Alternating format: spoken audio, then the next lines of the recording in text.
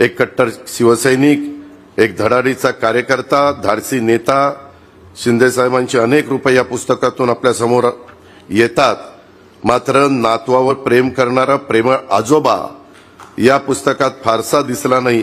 एकच छोटा पॅराग्राफ नातवावर लिहिला, एकच. काय मला डॉक्टर प्रदीप ढवळ जरा उदयला विचारायच्या ऐवजी थोडा माझा सल्ला घ्यायचा होता. उदयला मी राष्ट्रवादीचे युवकचा अध्यक्ष केला, नंतर आमदार केलं, नंतर मंत्री केला. त्याचा गुरु मी आहे. दीपक केसरकरला मी तिकीट दिलं, त्याला विचारा तोंडावर. प्रवीण भोसले आणि दीपक उपा होता. प्रवीणला म्हणलं चल रे तू सारखा पडतोय, आता दीपकला द्यायचं.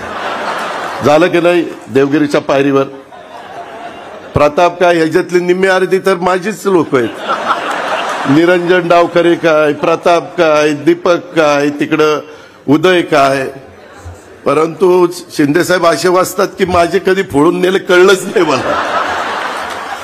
आणि त्याच्यावर नाही थांबले, नंतर मलाही घेऊन गेले त्यांच्यावर.